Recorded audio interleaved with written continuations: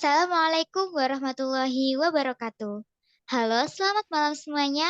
Dan apa kabar? Semoga senantiasa dalam keadaan sehat walafiat.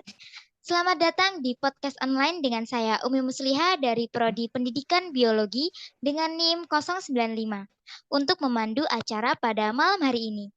Di sini kita akan mengobrol santai dan tentunya bermanfaat mengenai problematika kehidupan berbangsa dan bernegara. Problematika kehidupan berbangsa dan bernegara sendiri merupakan masalah-masalah yang muncul dalam suatu negara. Dalam kehidupan berbangsa dan bernegara, tidak luput akan adanya permasalahan. Hal ini dikarenakan kita hidup tidak sendirian, namun juga terdapat individu lain yang hidup beriringan dengan kita. Oleh sebab itu, tidak jarang jika terjadi permasalahan baik antar individu atau dengan individu yang lain maupun juga dengan individu dengan lingkungannya. Adapun problematika dalam suatu negara seperti negara Indonesia, yakni seperti kemiskinan, pengangguran, kualitas pendidikan yang rendah, penegakan hukum yang lemah, pengelolaan sumber daya alam yang kurang maksimal, kasus SARA, kasus lingkungan, kesenjangan sosial, dan kemacetan. Nah, untuk pada malam hari ini kita akan mengobrol tentang problematika yakni kemiskinan dan pengangguran, di mana fenomena ini selalu terjadi setiap tahunnya, bahkan setiap tahun selalu meningkat dari tahun ke tahun. Nah, untuk berbicara tentang kemiskinan dan pengangguran, di sini saya tidak sendirian karena saya akan ditemani oleh narasumber saya. Di sini sudah tergabung oleh Izratul Wahida. Halo, selamat malam. Selamat malam. Baik, di sini saya manggilnya apa ini? Mbak Ida atau Mbak Isrotul atau Mbak Wahidah? Ya, terserah adiknya aja maunya apa. Baik, saya panggil Mbak Ida ya. Di sini saya akan menanyai tentang masalah fenomena yang sedang hangat atau yang selalu apa ya, tidak ada habisnya tentang kemiskinan dan pengangguran di Indonesia. Sebagai masyarakat awam nih, eh, saya tampilkan dulu saja mungkin kali ya tentang artikel berikut ini. Izin izin share screen.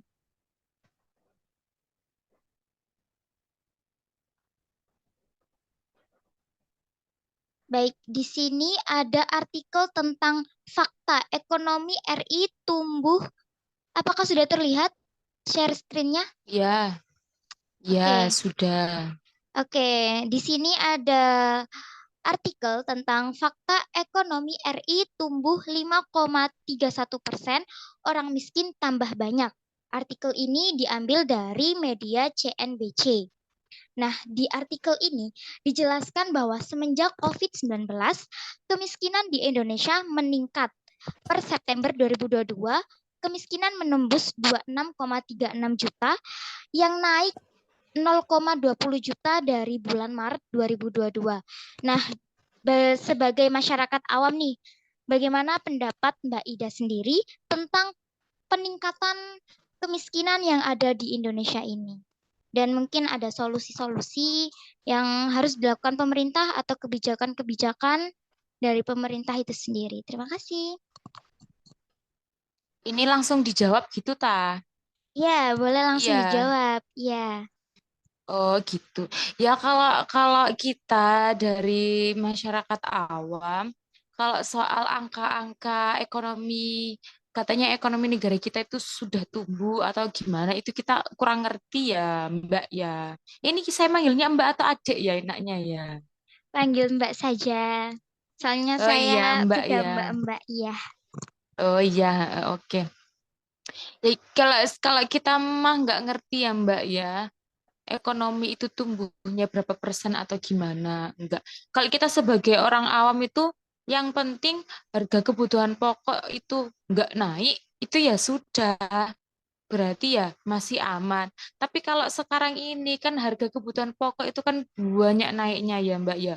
Kayak kemarin itu minyak itu naik.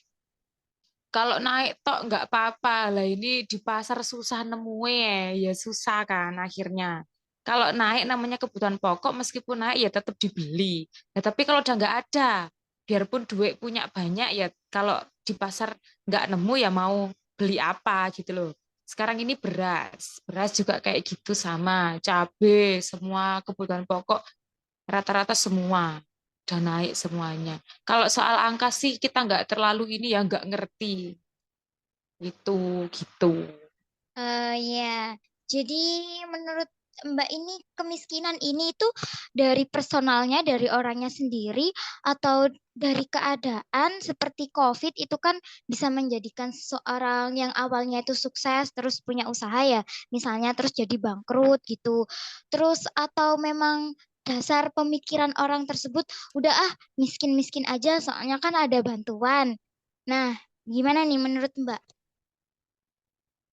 Kalau menurut saya miskin itu ya Mbak ya itu ya macem-macem jenisnya gitu loh. Ada orang yang miskin itu emang ya karena orangnya itu sukanya pasrah, males, nggak mau kerja itu ya ada.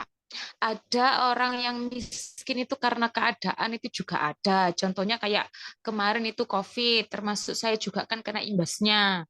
Saya kan itu kerjaannya kan di bidang tata rias sama suami saya itu kan juga penjahit ya toh. COVID kemarin kan otomatis ini apa kayak job rias itu kan nggak ada.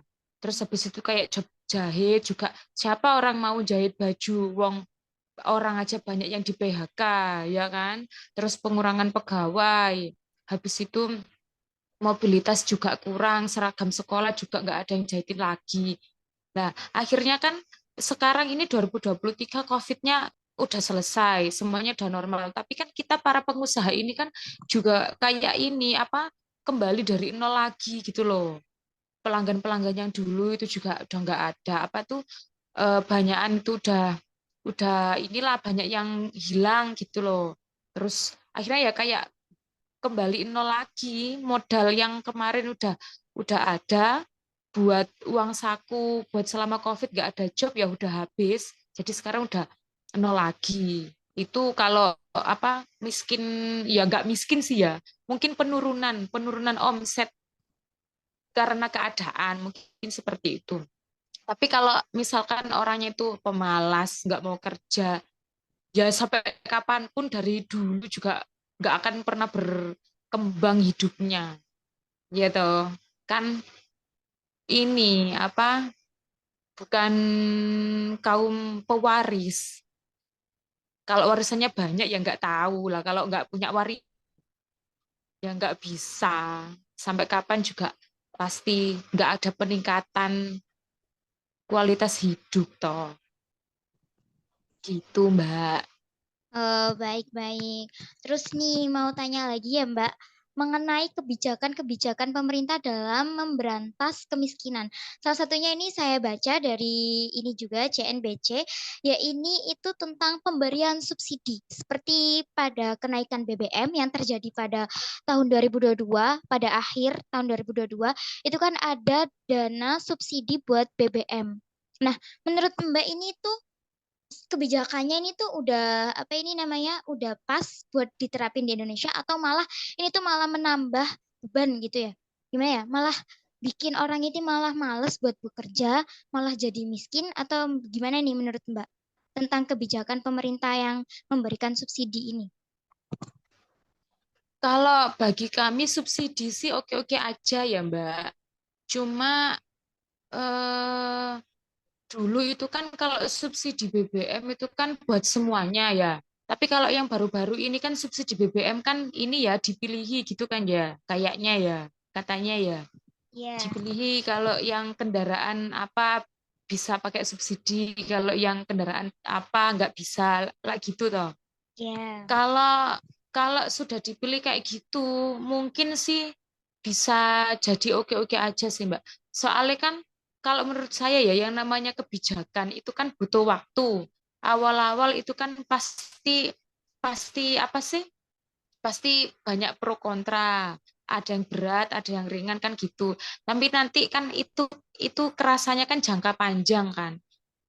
Kalau subsidinya itu tepat sasaran, jangka panjangnya sih mungkin ya akan lebih baik.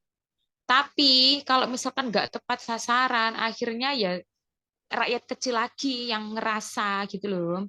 Kayak ini kan BBM kan naik ya toh, otomatis kan kebutuhan semua kan naik juga. Makanya minyak goreng juga naik, beras naik, harga susu, susu itu juga naik semuanya. Semuanya naik lah. Kan yang direpotkan kan juga orang kecil gitu loh. Nah, kalau kenaikan buat subsidi sih saya rasa nggak apa-apa ya.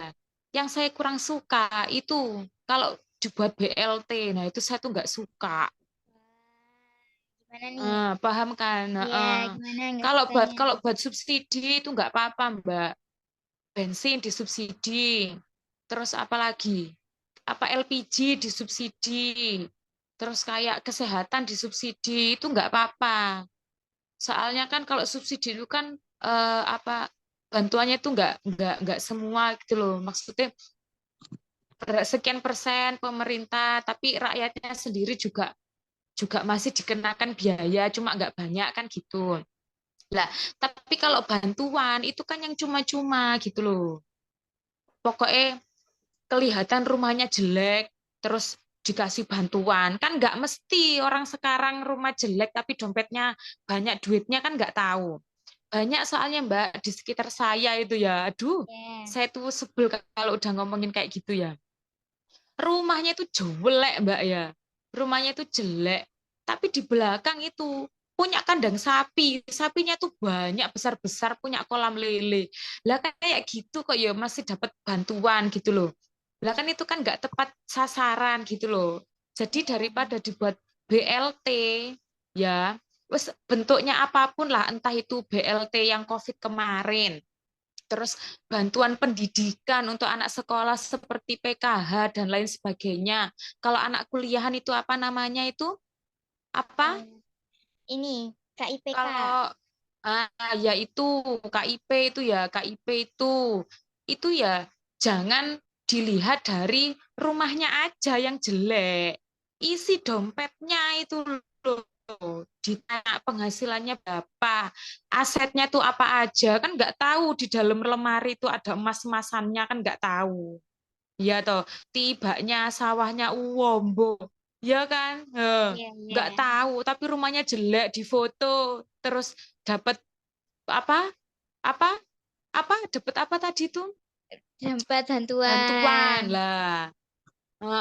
Dapat bantuan kan itu nggak fair itu nggak itu namanya. Terus belum lagi ini apa? Oh, yang kasihan itu orang yang jualan di pasar itu loh Mbak. Nah, Iya, ibu saya itu kan pedagang keliling sayur hijau itu loh. iya, Nah, orang-orang itu kalau kalau PKH cair, kalau BLT cair itu kan dapat duit. Dapat iya. duit gitu nggak apa-apa, nggak ada loh yang dapatnya itu dapat dapat apa kayak tempe, dapat tahu, dapat ayam, dapat berambang. Lah itu kan kasihan orang jualan, ya toh. Iya, iya. Kasihan orang jualan, akhirnya apa? Bakul tempe itu nggak laku. Ibu saya itu juga sambatan kayak gitu. Wong bantuan kok bentuknya aneh-aneh. Subsidi udah subsidi aja. BLT itu ya jangan banyak-banyak. BLT kok macamnya banyak. Akhirnya kalau kalau kalau menurut saya ya itu yang akhirnya orang itu suka memiskinkan dirinya sendiri, ngaku-ngaku miskin, padahal sudah punya duit banyak. Agak emosi ya ini ya Iya, saya ya. sabar, Mbak. Soalnya emang di sekeliling saya Jadi curhat. Iya, nggak apa-apa, Mbak. di Terus. sekeliling saya tuh kayak gitu. Loh, iya Mbak, di sekeliling saya tuh kayak gitu. Belum lagi kan kalau kalau bantuan BLT itu kan nggak merata, Mbak. Pasti Hmm, nggak rata. Sekarang satu dusun aja ya di desa saya, satu dusun kira-kira kan ada 300 sampai 400 kepala keluarga, ya kan. Itu loh, pasti yang dipilih itu yang deket sama ininya, apa? kamu. Pamongnya, sama perangkat desanya itu loh. Yang deket sama perangkat desanya. Misalkan apa apa keluarganya Pak Kami Tua. Nanti yang dapat itu ya keluarganya Pak Kami Tua itu sendiri. Yang betul-betul miskin itu malah yang nggak dapet gitu loh. Hmm. Belum lagi itu yang itu tadi dilihat dari rumahnya doang. Rumahnya jelek, rumahnya nggak bagus. Tapi dapat bantuan, padahal usahanya banyak, sapinya banyak, emas-emasannya banyak. Kayak gitu tuh gimana? Itu yang akhirnya bikin apa? Bikin nggak adil gitu loh. Apa ya? Kesenjangan sosial gitu loh. Nah, Hmm. itu namanya nggak merata. Kalau menurut saya mendingan itu subsidi semua orang bisa bisa merasakan daripada bantuan. Soalnya justru bantuan itu yang malah bikin orang itu males akhirnya memiskinkan dirinya sendiri. Padahal kan itu kalau ditempeli apa yang miskin di tembok itu loh, Apa ini? yang kalau orang dapet PKH terus ditempeli miskin itu loh, Oh itu iya. marah-marah, nggak mau. Iya kan, ngerti Iya, lah mbaknya ya. Di iya, iya. apa itu di Google ada itu carilah itu fotonya yang miskin keluarga miskin itu loh, itu nggak mau marah-marah. Dibilangnya miskin nggak mau. Tapi kalau waktu ada apa pendataan bantuan, rebutan pengen dapat bantuan. Tapi kalau kayak kemarin itu loh Mbak, yang apa bantuan dari apa itu, yang usaha koperasi, koperasi itu loh UMKM. dari dinas koperasi ya UMKM itu kan, nah itu mendingan itu kayak gitu, bantuannya itu mendingan itu kayak gitu jadi tepat sasaran gitu loh. Hanya di sini itu kan banyak UMKM toh Mbak. Nah sekarang bakul hijau Iya. itu lah ya UMKM toh, bakul-bakul peracangan itulah ya UMKM, penjahit itulah ya UMKM, mendingan itu kelihatan usahanya itu kelihatan. Usaha dari orangnya pribadi itu juga kelihatan. Daripada orang nganggur dikasih duit, daripada orang ngaku-ngaku miskin dikasih duit, malah males. Ya nggak salah kalau katanya sampean tadi apa, orang miskin tambah banyak. Lawang pemerintahnya sendiri aja pada ini apa nyari ini dukung orang nggak mau kerja. Apa karena mau Mengenakan. pemilu gitu ya nggak Iya, tahu. iya. Iya, jadinya males. Mungkin. Kalau saya mendingan itu lah. Loh, ya iya toh. Habis ini kan pemilu, pasti Iya. orang itu pasti pemerintah tuh berlomba-lomba bikin program. Apalah saya itu kayak gitu sudah bisa ditebak. Daripada gitu mendingan ngasih bantuan buat orang yang punya usaha, udah jelas dia itu mau berusaha. Gitu loh. Itu lebih tepat sasaran, nggak dolim. Nah, sekarang ini tuh dolim itu pemerintah tuh dolim, nggak suka. Iya. Baik, mungkin dari sini bisa saya tangkap bahwa kebijakan pemerintah ini menurut Mbaknya sendiri itu tidak merata dan mungkin harus diperbaiki lagi biar merata dan apa ini lebih adil ya Mbak ya, agar Iya, tidak. iya, iya mungkin ya maksudnya itu baik ya Mbak ya, bantu orang kan baik, tapi kenyataannya di lingkungan itu nggak kayak gitu gitu loh, tebang pilih, yang asli miskin nggak dapet, yang dapet malah orang terdekatnya. Wes ta, mendingan subsidi udah semua kerasa, wes minyak goreng beras itu jangan dimahali. Oke. Kamu udah tahu miskin tambah banyak kok tambah dimahali. Kan nggak masuk akal itu namanya. Iya kan? Iya Mbak. Oke. Iya, yaitu sama itu apa itu yang anak-anak sekolah itu tadi loh. Apa wong orang tuanya kaya raya dapat PKH. Apa PKH atau PHK itu namanya. Nemang- Malah nggak PKH. masuk Ya, akal. Kak. Iya. Itu ya saya kan nggak tahu, saya nggak pernah dapat bantuan kok. Nah, ya alhamdulillah berarti kan Tuhan itu menganggap saya sama keluarga itu mampu gitu loh. Iya, alhamdulillah. Iya alhamdulillah. Ya mudah-mudahan dikasih rezeki lancar terus, biar nggak Amin. biar nggak arep-arep jadi miskin. Amin. Naudzubillah. Jangan Heeh. sampai Mbak.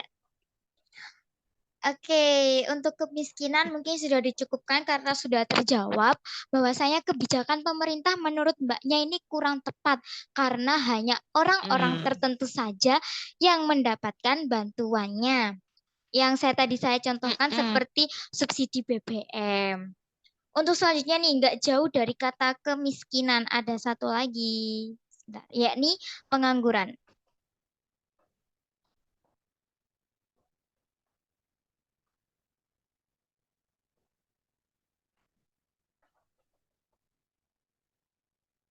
Bentar. Oke.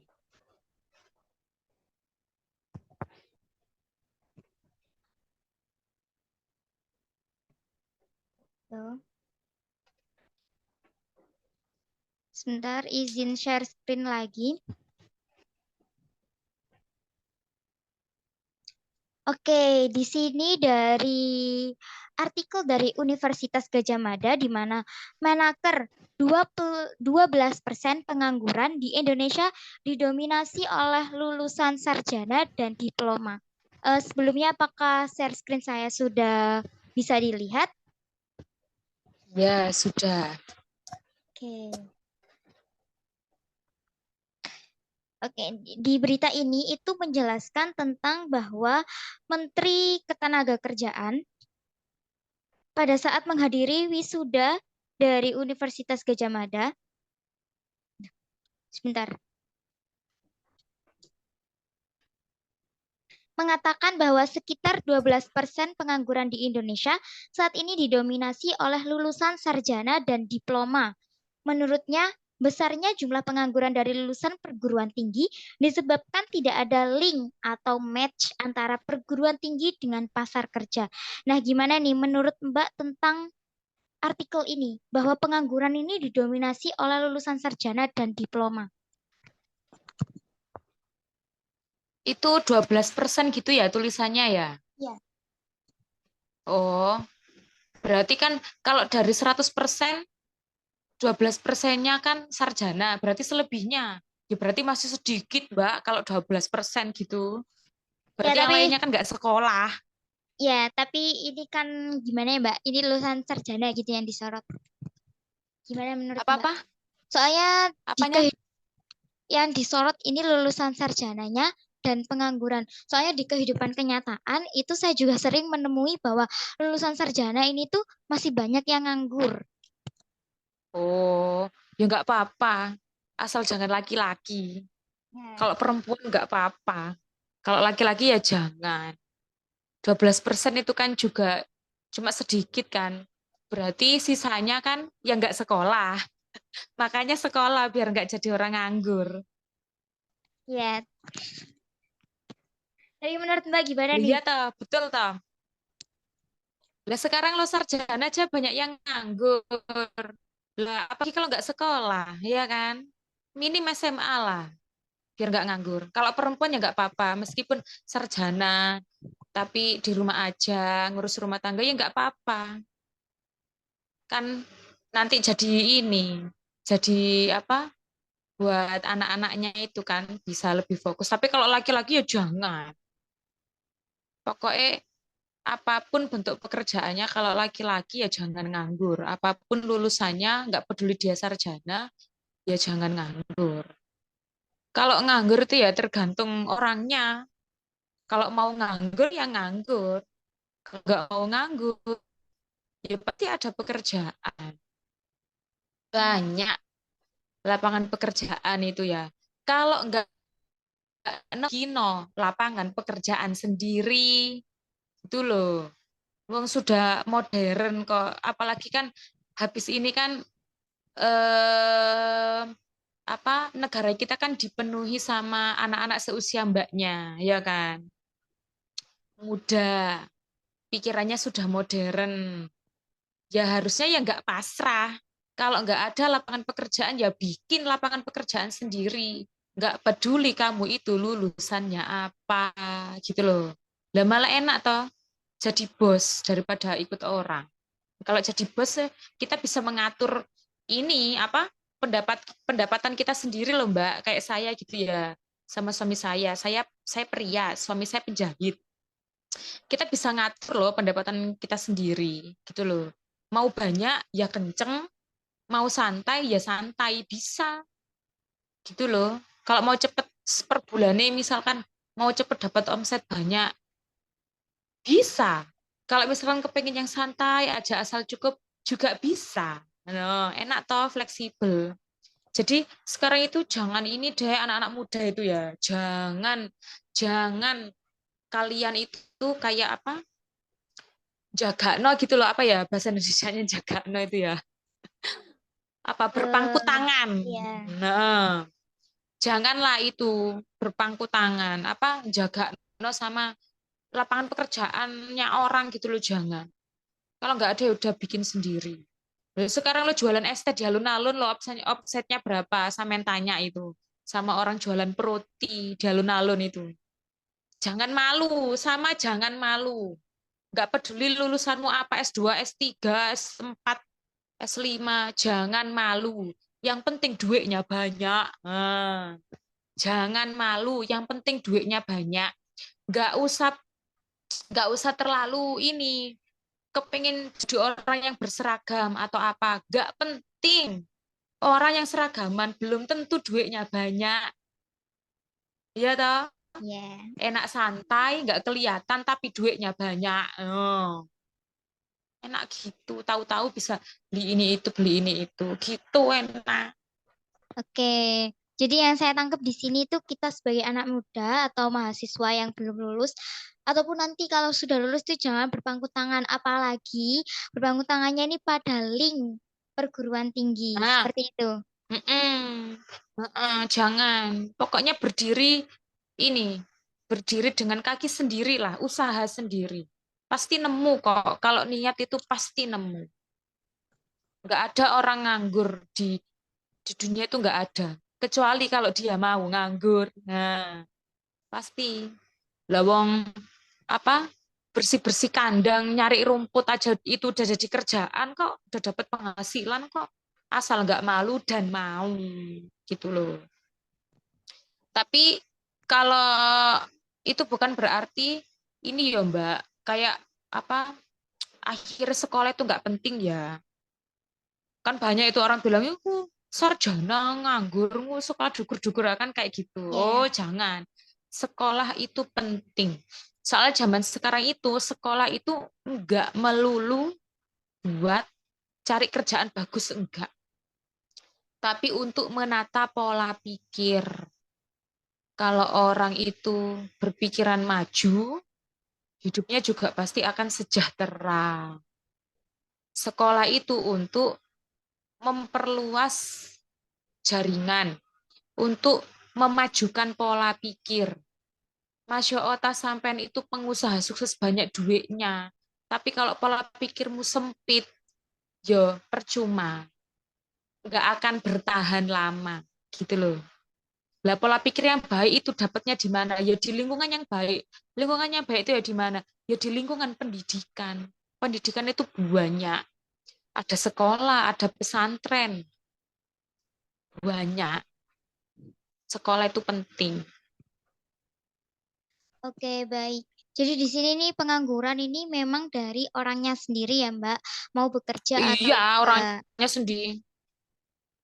Terus menurut Mbak nih, apa Mm-mm. mungkin ini kebijakan pemerintah deh buat mengatasi pengangguran. Apalagi nih lulusan sarjana kan banyak ya Mbak. Setiap tahun ini saya lihat itu yang daftar ke perguruan tinggi, apalagi perguruan tinggi negeri itu juga banyak sekali peminatnya lah. Gimana nih menurut Mbak, apa yang harus dilakukan pemerintah untuk mengatasi ini biar nggak ada lagi sarjana yang jadi pengangguran? Apa ya Mbak ya? Mungkin ini sih memperluas lapangan pekerjaan mungkin ya. Tapi kalau saya sendiri tuh nggak ini sih Mbak, nggak mau jaga no sama pemerintah sih kalau saya sendiri itu ya. Tetap usaha dari dalam diri itu harus ada. Soalnya saya yakin pemerintah itu pasti punya strategi. Sudah banyak cara yang mereka lakukan ya toh. Tapi mungkin kurang pas. Tapi daripada mikir kayak gitu kan mendingan mikir buat mengembangkan diri sendiri ya nggak sih? Pusing mikirin pemerintah, nggak suka saya. Maaf ya. Aduh, iya iya iya iya boleh boleh. Sedikit ini ya. Iya, daripada daripada pusing mikirin pemerintah harus apa, kan mendingan mikirin kita ini harus apa. Gitu loh. Prinsip saya dari dulu, ya, apa yang saya lakukan 5 menit ke depan itu mempengaruhi sama kehidupan saya 5 tahun ke depan. Dan daripada saya mikirin orang, kan mendingan saya mikirin diri saya sendiri. Iya kan? Iya Daripada Mbak. saya mikirin pemerintah harus ngapain, kan mendingan saya mikirin saya harus ngapain 5 menit ke depan yang bisa menjamin hidup saya 5 tahun ke depan. Gitu loh. Iya kan?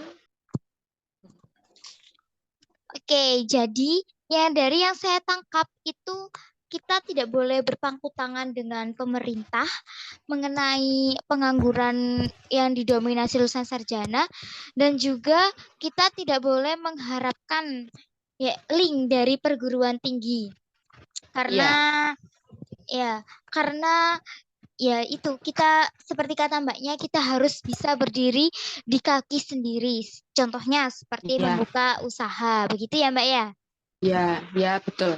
Oke, mungkin sebelum kita mengakhiri pertemuan pada malam hari ini secara online ya ini semoga kita nanti bisa bertemu secara langsung ya mbak. Oh iya, ayo. Oke, sebelum kita mengakhiri pertemuan malam hari ini, mungkin Mbak ada pesan-pesan nih dari fenomena-fenomena yang sangat mungkin sudah tidak asing lagi ya tentang kemiskinan dan pengangguran. Mungkin apa ini Mbak pesannya? Untuk kemiskinan dulu deh. Hmm. Ya, di mana-mana ya, nggak cuma di Indonesia aja. Yang namanya kemiskinan sama pengangguran itu ya pasti ada. Yang membuat miskin dan nganggur itu siapa? Ya orangnya sendiri, gitu loh. Kalau mau, ya pasti bisa kok. Kalau ada kemauan pasti bisa. Kerjaan itu banyak. Jangan jangan ini apa menjagakan pemerintah lah jangan. Ya, ayo kita berdiri dengan kaki kita sendiri. Kalau kita nggak bisa nemu, ya kita bikin sendiri gitu loh. Apalagi buat anak-anak muda yang seusia mbaknya ini, ya jangan sekolah harus setinggi-tingginya harus biar negara kita itu dipenuhi sama orang-orang itu yang berpikiran maju, nggak kuper gitu loh ya. Kebanyakan orang kuper itu pasti banyak putus asanya. Tapi kalau pikirannya itu maju, pasti ada aja akalnya itu. Akhirnya nggak nganggur, nggak mungkin orang yang pikirannya maju nganggur itu nggak mungkin. Makanya sekolah yang tinggi, nggak usah peduli lulusannya apa harus jadi yang sesuai itu nggak perlu mikir kayak gitu. Itu namanya mempersempit kesempatan, jangan ya apapun pekerjaannya yang penting duitnya banyak wes zaman sekarang itu nggak penting seragaman itu nggak penting yang penting duitnya banyak bisa naik haji bisa umroh dah tuh. Oke. Oke, terima kasih Mbak Ida untuk waktunya. Sebelum ditutup nih, ada quotes nggak? Apa ya hmm, ya ya maju terus pantang mundur buat anak-anak muda Indonesia nggak boleh Oke. putus asa. Oke, siap, siap, siap, siap. Baiklah, saya stop share ya, Mbak. Oke. Oke, terima kasih untuk Mbak Ida karena telah meluangkan waktunya untuk membahas mengenai problematika di Indonesia. Mungkin tidak hanya di Indonesia ya, karena pasti suatu negara itu pasti ada problematikanya masing-masing. Nah, contohnya yang fenomenal saat ini yaitu kemiskinan dan pengangguran. Mungkin dengan adanya podcast ini nanti mungkin suatu saat kemiskinan dan pengangguran di Indonesia tidak meningkat lagi seperti di tahun ini. Semoga saja. Oke, terima kasih untuk Mbak Ida. Semoga Ya, tetap sama-sama. semoga tetap sehat selalu dan lancar usahanya, Amin. rezekinya juga Amin. lancar. Amin. Terus apa lagi ya?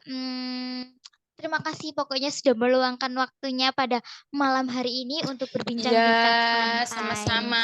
Mbaknya juga sukses ya sekolahnya Ya, ya. Cepat lulus amin. ya, jangan lama-lama. Amin. Siap, siap, siap. Oke, sebelum kita tutup pertemuan pada malam hari ini, saya ada pantun nih. Dengerin ya. Oh, Ambil cucian ke rumah Desi, cukup sekian dan terima cakep. kasih. Baik, wassalamualaikum warahmatullahi wabarakatuh. Waalaikumsalam. Semoga ada manfaat dan pelajaran yang bisa dipetik dari podcast online kali ini dan sampai jumpa di podcast-podcast lainnya. Dadah. Stop.